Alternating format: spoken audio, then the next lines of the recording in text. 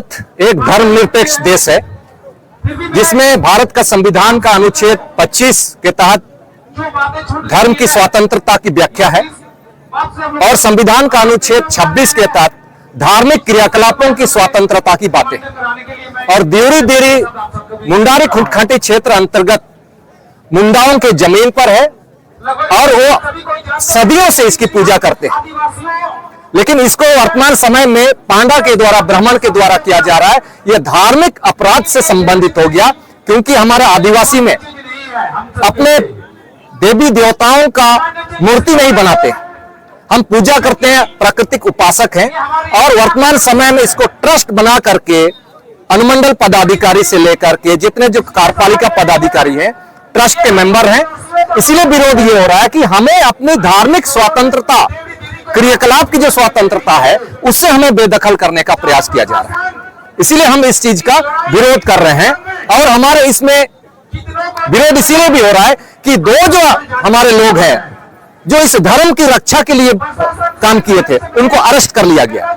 हम इस मंच के माध्यम से, आप सबों के इस मंच के माध्यम से प्रशासन पर पूछना चाहते हैं कि आपने देवरी मंदिर ट्रस्ट का निर्माण झारखंड का किस अधिसूचना के तहत आपने गठन किया है, किस अधिसूचना के तहत आपने वहां के ट्रस्टी के रूप में राज्यपाल को रखा, गवर्निंग बॉडी में जो सूचना मिला है, मुख्यमंत्री को हेमंत सोरेन जी को ट्रस्ट का गवर्निंग बॉडी में रखे, आपका अर्जुन मुंडा जी कल्याण मंत्री थे केंद्र सरकार का, उसको रखे, विकास कुमार मुंडा उसको रखे और पर्यटन मंत्रालय भारत सरकार का उसको भी आपने रखा गवर्निंग बॉडी के तहत।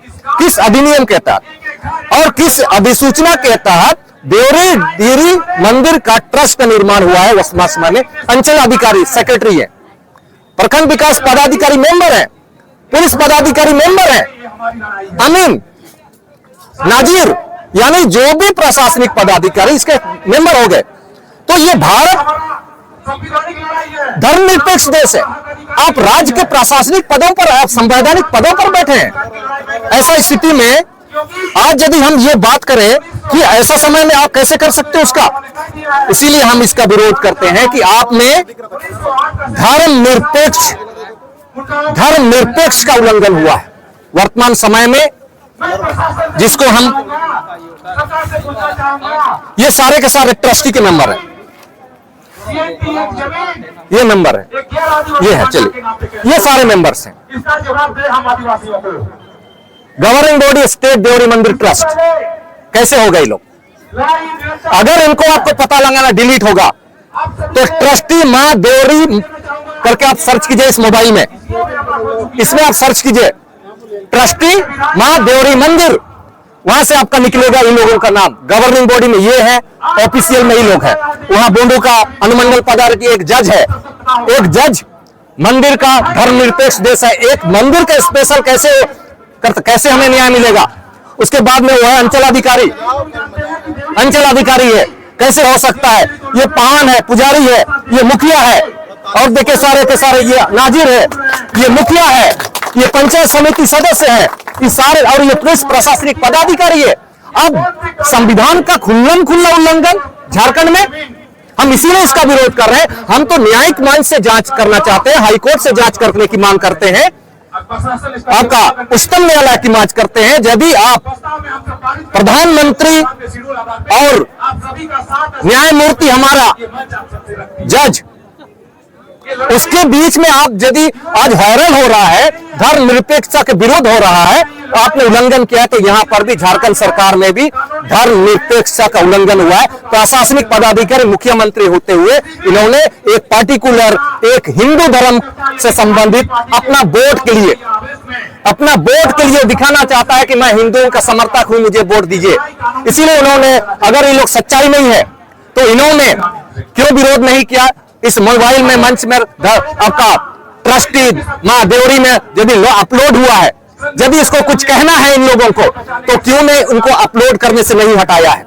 मेरा प्रश्न यही है कि आप यदि ये गलत है तो आप लोगों ने इस मोबाइल के माध्यम से पूरा दुनिया को दिखा रहे हैं, पूरा झारखंड को दिखा रहे हैं कि हम लोग देवरी मंदिर गवर्निंग बॉडी के मेंबर हैं, हम ऑफिशियल रूप में दिखाना चाहते हैं कि हम लोग आपका समर्थक है, मुझे पदोन्नति कर दो, मुझे विधायक बना दो, मुझे सांसद बना दो, मंत्री बना दो। तो आम जनता क्या करेगा? डरेगा नहीं।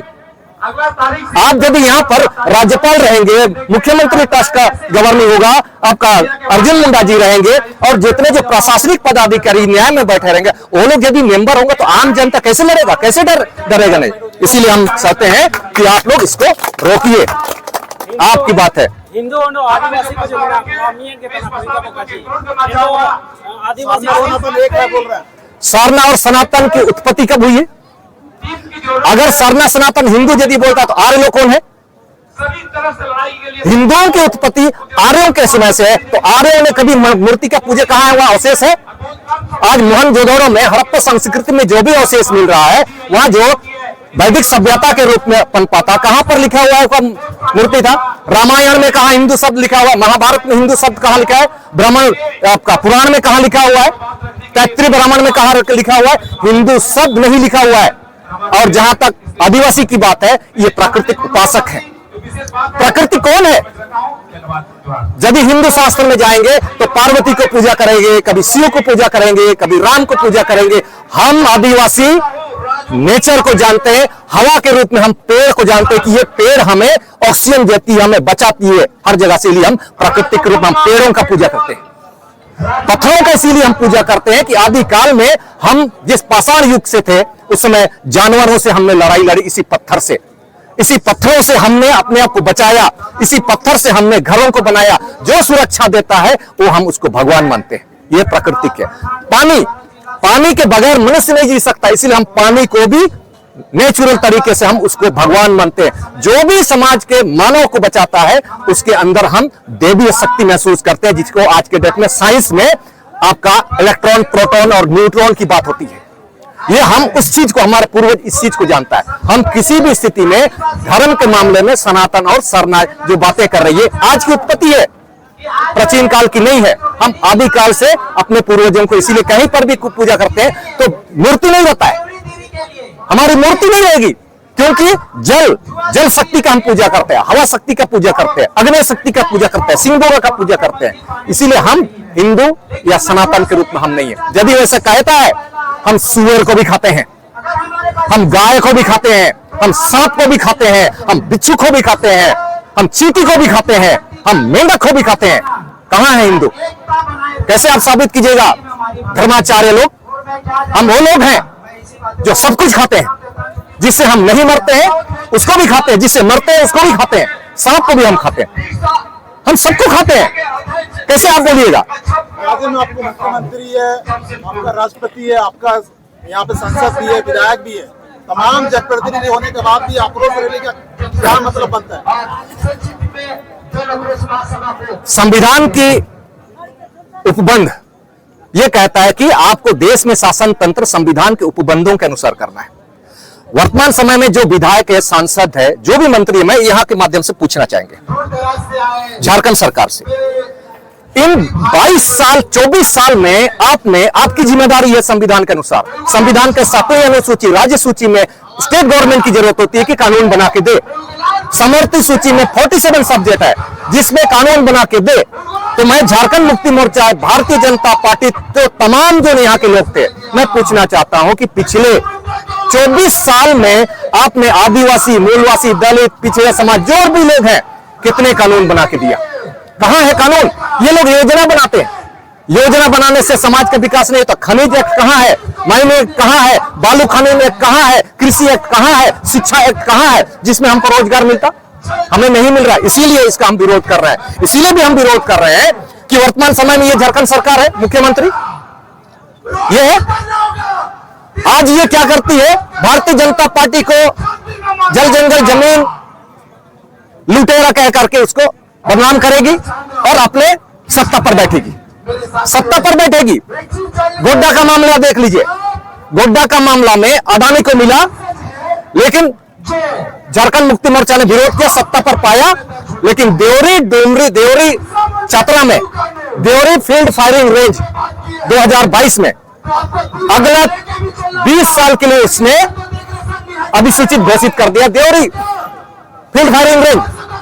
लेकिन यहां पर कहां है? वर्तमान समय में आपका चैवासा, वहां पर रूंटा माइस है। रूंटा माइस में जमीन को अधिग्रहण कराया चंपा सोरेन ने। कहां पर? वहां भारतीय जनता पार्टी सामने नहीं होती, दोनों का साठगांठ है।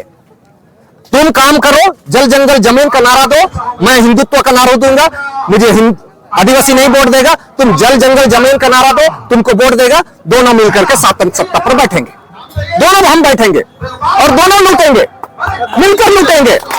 यह है रीजन। इसका उदाहरण आपको देते हैं। 2014 में अर्जुन मुंडा मुख्यमंत्री बना, उप मुख्यमंत्री 2 जन होते हैं। आपका हेमंत सोरेन उप मुख्यमंत्री और आपका आजसू का नेता सुखदेव तुलसी महतो, दोनों मुख्यमंत्री। 2.5 साल के बाद मुख्यमंत्री बदलता है। 2014 में हेमंत सोरेन बैठता है और हेमंत सोरेन जैसे ही बैठता है, जनजाति सलाहकार परिषद से कुजू डैम रद्द करने का बात होता है टीएससी के द्वारा, लेकिन उसको रद्द नहीं करता है, आज भी जिंदा है। टेंडर कराता है। इसलिए दोनों साठगांठ है, दोनों का एक ही है, दोनों का मकसद मिल करके जल जंगल जमीन को लूटना है। इसीलिए हम इस चीज का विरोध कर रहे हैं। वर्तमान समय में जहां तक संविधान की बातें हैं, आज हमारे देवरी मंदिर के माध्यम से अरेस्ट किया है इस नागरिक संहिता के तहत।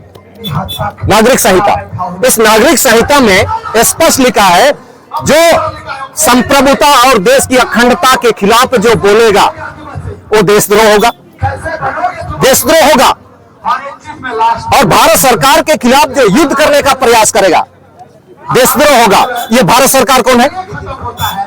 हम आप सबों के इस मंच के माध्यम से सवाल आम जनता को पूछना चाहते हैं, भारत में भारत सरकार कौन है? भारत सरकार आम जनता में है इस संविधान में, क्योंकि भारत सरकार के पास जो शक्तियां हैं, जो अधिकार है, मतदान के माध्यम से हमने उसको दिया, मतदान के माध्यम से हमने उसको दिया। तो भारत सरकार की सारी शक्ति हम जनताओं के पास है। तो जनता के खिलाफ जो बोलेगा उसको अरेस्ट करना चाहिए। पुलिस प्रशासनिक पदाधिकारी आज हमें अरेस्ट करती है। मैं इस मंच के माध्यम से आप लोगों को क्वेश्चन करूंगा। वर्तमान समय में पुलिस काम कर रही है, आप लोगों को भी जानना चाहिए। भारतीय पुलिस एक्ट 1861 इसके तहत गठन हुआ है। तो भारत पुलिस एक्ट 1861 अंग्रेज का कानून यहां क्या कर रहा है?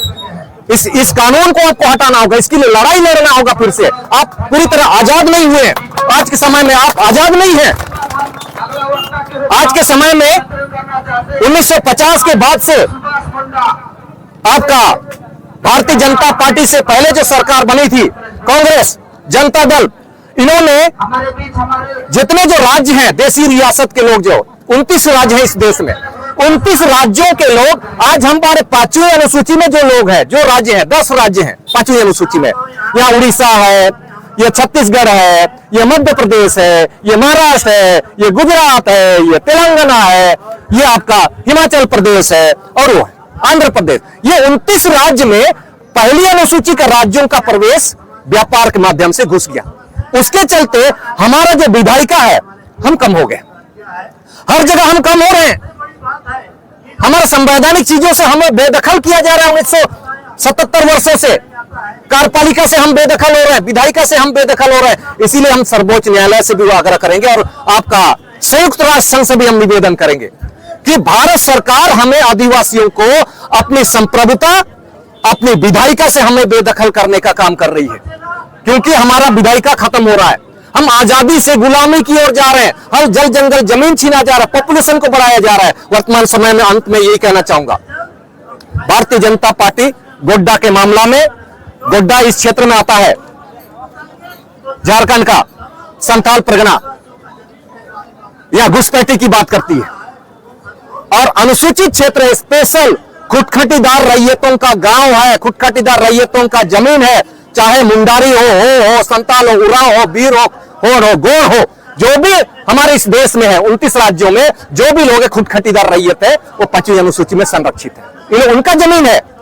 लेकिन वर्तमान समय में भारतीय जनता पार्टी से लेकर कांग्रेस ऐसा नीति बनाया कि बाहर से 29 राज्यों के हिंदू, मुस्लिम से लेकर जितने जो सांप्रदायिक ताकतें हैं, जो जातीयता पर विश्वास करती है, वो लोग हमारे हर जगह में पहुंच गए।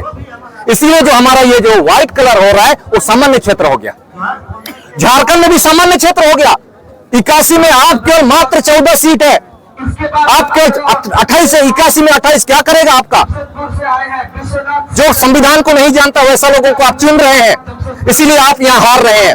आने वाला समय में 2024 भारतीय जनता पार्टी का षड्यंत्र 2024 के बाद 2026 तक परिसीमन करेगा पूरा भारतवर्ष का, पूरा परिसीमन करेगा भारतवर्ष के आदिवासी क्षेत्रों का, और परिसीमन करके आपको विधानसभा के हर विधानसभा से आपको बेदखल करेगा, लोकसभा से आपको बेदखल करेगा, क्योंकि उसकी संख्याएं बढ़ चुकी है। आपको यह समझना होगा। इसीलिए हम सुप्रीम कोर्ट से लेकर संयुक्त राष्ट्र की हम निवेदन करेंगे, भारत सरकार की राजनीतिक दलें संविधान के अनुसार शासन तंत्र नहीं चल रही है।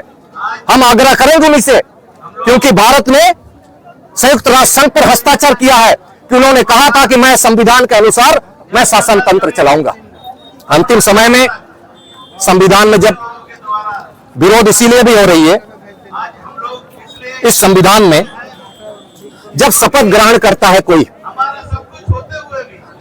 एक विधायक, एक मंत्री, एक सांसद, एक जज, कोई भी शपथ ग्रहण करता है तो कहता है मैं ईश्वर की शपथ लेता हूं, सत्यनिष्ठा से प्रतिज्ञा करता हूं, विधि द्वारा स्थापित भारत का संविधान के प्रति सच्ची श्रद्धा और निष्ठा रखूंगा।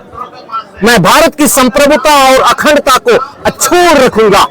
मैं जिस पद पर बैठूंगा अपने कर्तव्यों का बिना भय और पक्षपात, द्वेष और अनुराग के बिना निर्वाह करूंगा।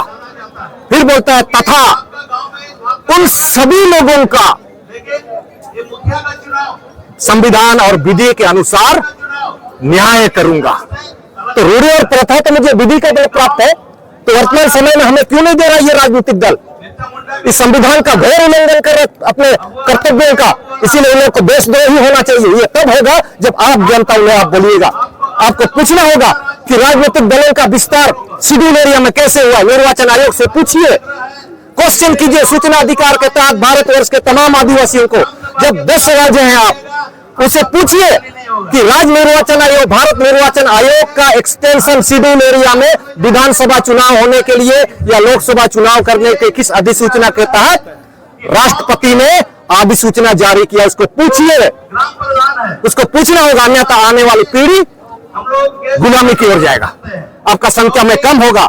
ये भारत देश सबका है, लेकिन राजनीतिक दल केवल पैसों के लिए काम कर रहा है, केवल आरोप लगाती है।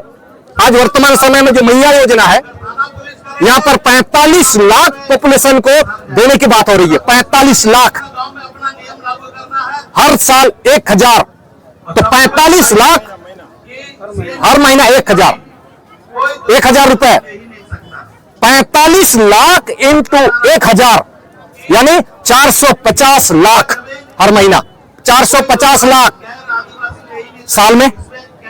वो पैसा कहां से आएगा? और ये झारखंड को पूरा विदेशों में बेच देगा। ये आपका अंत्योदय योजना खत्म हो जाएगा, वृद्धा पेंशन खत्म कर देगा, जो आपका पारा टीचर, पारा नर्स, उसको जो मिलना चाहिए वो नहीं मिलेगा।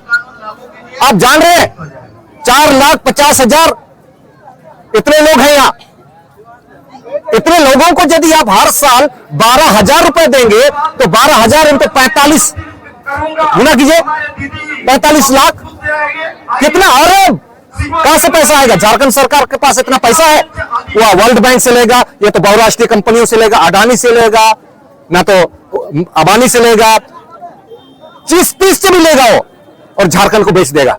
अगर नहीं बेचा तो जीतने के बाद आपका माइनिंग क्षेत्र को अलॉट करेगा वो लोग, बालूघाट को बेचेगा, जहां आपका सोना का खदान है उसको बेचेगा, लेकिन रिकवर करेगा उससे पैसा।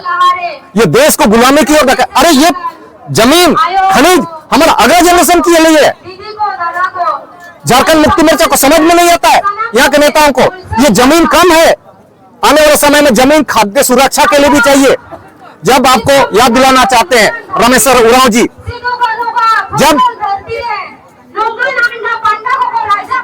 अनुसूचित जनजाति आयोग का अध्यक्ष था, उस समय उसने कहा था सुरक्षा की बात है, खाद्य सुरक्षा का मामला, इसलिए जमीन अधिग्रहण नहीं होगा। CMT एक्ट 9वीं अनुसूची में दर्ज है, इसलिए नहीं ले सकते। जैसे ही मंत्री बन गया आज वो चुपचाप है। इसलिए हम आप सबों से, जितने जो इस मंच के माध्यम से आप सुन रहे होंगे, ये देश, ये संविधान हमारा अगला जनरेशन के लिए ये राजनीतिक दल खतरा डाल रहा है। इनको आपको हटाना होगा, बेदखल करना होगा और योग्य उम्मीदवारों को आपको जिताना होगा, तभी हम होंगे। कैसे हो सकता है? विकास के लिए जमीन का अधिग्रहण होना बहुत जरूरी है।